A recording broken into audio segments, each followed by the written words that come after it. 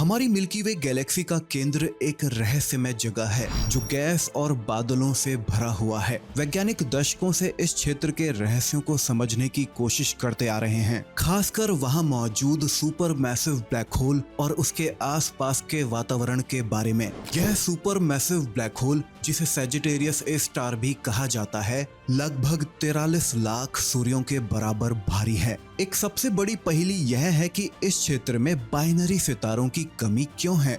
Binary सितारे जो एक दूसरे के चारों ओर परिक्रमा करते हैं। आमतौर पर आकाश गंगा की स्पाइरल आर्म्स में ये विशाल गर्म तारे अक्सर बाइनरी सिस्टम में पाए जाते हैं, लेकिन सुपर मैसिव ब्लैक होल के पास ये बिल्कुल गायब दिखते हैं। यहाँ अक्सर तारे अकेले नजर आते हैं। एस तारों के रूप में जाने जाने वाले ये तारे मिल्की वे के केंद्र के चारों ओर बेहद तेज गति से घूमते हैं और इनके साथ कुछ रहस्यमय धूल और गैस संरचनाएं भी सुपर मैसिव ब्लैक होल के चारों ओर घूमती हैं, जिन्हें जी ऑब्जेक्ट्स कहा जाता है, जो इन एस तारों की तरह ही बेहद ज्यादा तेज गति से घूमती हैं। हालांकि वैज्ञानिकों को अब क्लू मिल रहा है कि जी ऑब्जेक्ट्स केवल आकाशीय बादल नहीं हैं।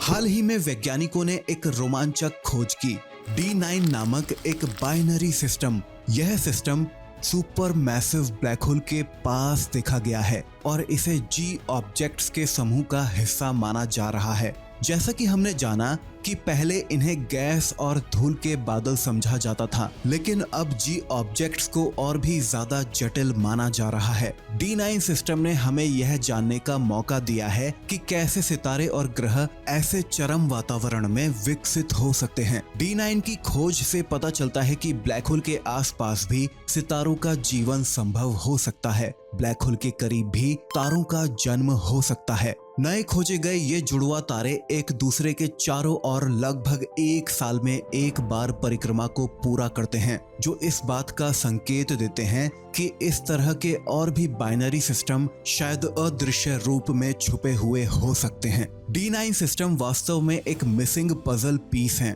जर्मनी में कोलन विश्वविद्यालय के फ्लोरेन पेस्कर, जो इस स्टडी के प्रमुख लेखक भी हैं, इनका कहना है कि यह इन बाइनरी तारों की खोज जी ऑब्जेक्ट्स के अस्तित्व को साफ करती है और बाइनरी एस तारों की मौजूदगी या ना मौजूदगी को भी स्पष्ट करती है, क्योंकि हो ना हो ये एस तारे पहले जी ऑब्जेक्ट्स ही थे।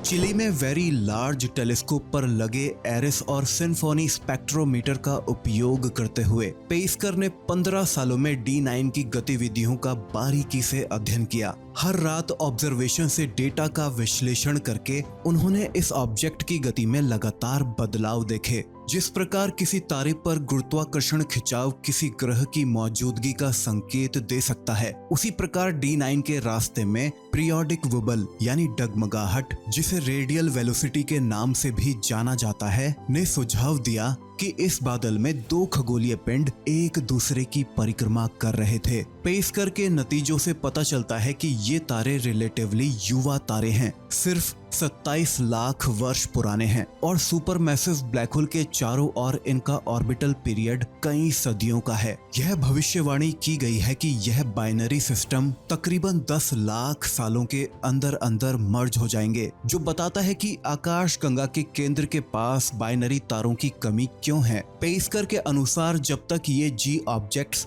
साफ होते हैं, यानी अपने आसपास के वातावरण को साफ कर देते हैं, वे एस तारों में यानी सिंगल तारों में बदल जाते हैं। यह थ्योरी एक दूसरी पहेली को भी एड्रेस्ड करती है कि अगर एस तारों को सुपर मैसिव ब्लैक होल द्वारा आकाश गंगा के बाहरी किनारों से गुरुत्वाकर्षण रूप से पकड़ा गया होता, तो उन्हें ऐसी दूरी तय करने के लिए लगभग 1000 गुना पुराना होना चाहिए था। इसके बजाय धूल और गैस में छिपे मर्ज्ड बाइनरी सिस्टम से उनका सामने आना उनके आकाश गंगा के दूसरे कोनों से केंद्र तक पहुंचने के रिलेटिवली उनके युवा दिखने को डिफाइन ज्यादा सटीक तरह से करता है। यानी ये जी ऑब्जेक्ट्स ही एस तारों की नर्सरी हो सकते हैं। जी ऑब्जेक्ट्स का यह रहस्यमय स्वभाव एक लंबे समय से वैज्ञानिकों के बीच दिलचस्पी का विषय रहा है। जिसके कई वर्षों में अलग अलग सुराग मिलते रहे हैं। 2014 में G2 नामक एक G ऑब्जेक्ट मिल्की वे के केंद्र में ब्लैक होल के पास से लगभग प्रकाश की गति से 36 प्रकाश घंटे की दूरी पर तेजी से दौड़ता हुआ निकला था। खगोलविदों ने भविष्यवाणी की थी कि सुपर मैसिव ब्लैक होल से इस सबसे करीबी दूरी पर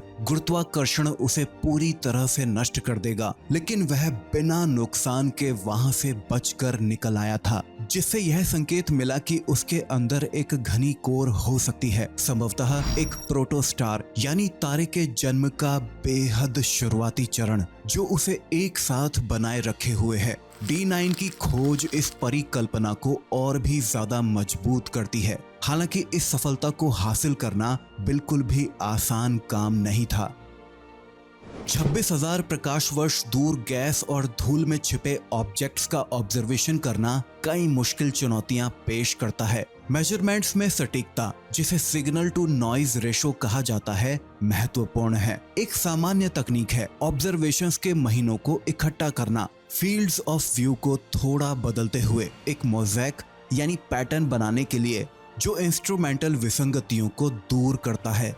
पेस्कर द्वारा हर रात के डेटा की जांच की गई और क्वालिटी के आधार पर ऑब्जर्वेशंस को फिल्टर किया गया। इन्हीं सब प्रयासों ने D9 जैसे एक बाइनरी सिस्टम को खोजने की संभावना बढ़ाई जो ब्लैक होल के करीब हार्श कंडीशंस में नेविगेट करता है। पेस्कर का कहना है कि मैंने इन ऑब्जेक्ट्स के लिए हर रात के लिए हर वैल्यू और डुप्लर शिफ्टेड रेडियल वेलोसिटी को डॉक्यूमेंटेड किया।